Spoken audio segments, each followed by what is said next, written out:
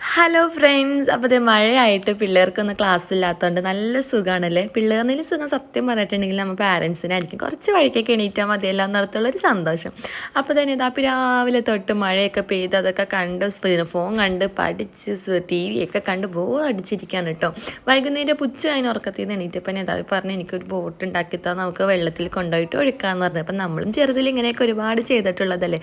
അപ്പോൾ പിള്ളേരുടെ സന്തോഷമല്ലേ എന്ന് വിചാരിച്ചിട്ട് ഞാൻ 3 ബോട്ടൊക്കെ ഉണ്ടാക്കി ഞാനും നദാപ്പിയും കൂടിയിട്ട് വെള്ളത്തിൽ ഇറക്കാൻ വേണ്ടിയിട്ട് ഒഴുക്കാൻ വേണ്ടിയിട്ട് പോവാണ് കേട്ടോ. അപ്പോൾ ഞാൻ നദാപ്പിനോട് ചോദിക്കേണ്ട റോട്ടിൽ വെള്ളം ഉണ്ടാവുമോ, മഴ പെയ്തിട്ട് വെള്ളം ഉണ്ടാവുമോ എന്ന് ചോദിച്ചപ്പോൾ അപ്പോൾ ഞാൻ കുറേ വെള്ളമൊക്കെ ഉണ്ടെന്ന് പറഞ്ഞ് പോയതാണ് കേട്ടോ.